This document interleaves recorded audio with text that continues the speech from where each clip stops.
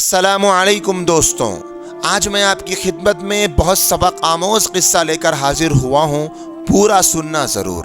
حضرت داؤد طائی رحمۃ اللہ علیہ ایک بزرگ گزرے ہیں۔ ان کے شہر میں ایک خاتون بیوہ ہو گئی۔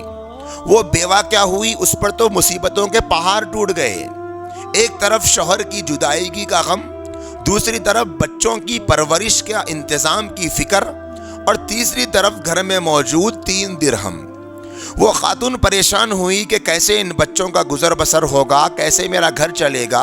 اس نے سوچ کر پلان بنایا اور وہ 3 درہم لے کر بازار گئی اور بازار جا کر اون یعنی کاٹن کا گولا خریدا، گھر کو لایا اور اس اون کے گولے سے کچھ چیزیں بنائیں، اسے بازار لے جا کر فروخت کیا تو 5 درہم ملے۔ 3 درہم تھے، اس سے سامان بنایا اور بیچا تو 5 درہم آئے۔ 2 درہم سے بچوں کے کھانے کا سامان خریدا، 3 درہم سے اون یعنی کاٹن کا گولا خرید کر گھر کو لے کر آئی۔ اب اس خاتون کا روزانہ کا یہ معمول بن چکا تھا کہ وہ بازار جائے گی اور اون سے جو سامان بنا وہ فروخت کرے گی، جو نفع ملے گا اس میں سے کچھ کا راشن خریدے، کچھ کے گھر کے سامان خریدے اور بقیہ سے اون کا گولا خرید کر گھر کو لے کر آ جاتی، سامان بناتی، بیچتی جاتی۔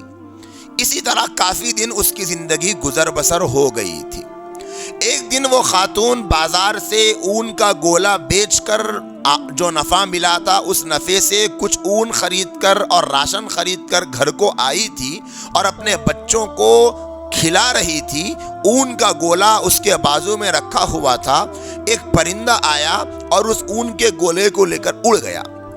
اس خاتون نے جب یہ منظر دیکھا تو گویا اس کے پیروں تلے زمین کھسک گئی کہ میری کل کائنات، میری کل پونجی جس پر میرے گھر کا گزر بسر ہو رہا ہے، یہ تو ایک لمحے میں چٹ کر گیا۔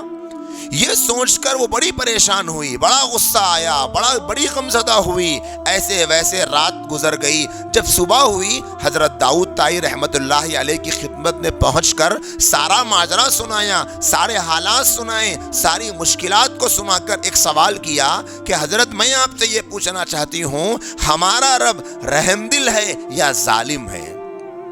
حضرت داؤد طائی رحمۃ اللہ علیہ اس عورت کی یہ ساری تفصیلات سن کر بڑے پریشان ہوئے، افسردہ ہوئے، غمزدہ ہوئے، اور اس خاتون کو دلاسا بھی دے رہے تھے کہ دروازے پر دستک ہوئی۔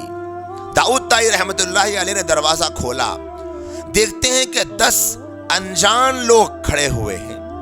حضرت نے فرمایا، جی کیا بات ہے، آپ یہاں کیوں آئے؟ ان لوگوں نے کہا کہ ہم اجنبی ہیں، آپ سے کچھ بات کرنا چاہتے ہیں۔ حضرت نے فرمایا، ٹھیک ہے، بتائیے کیا بات ہے۔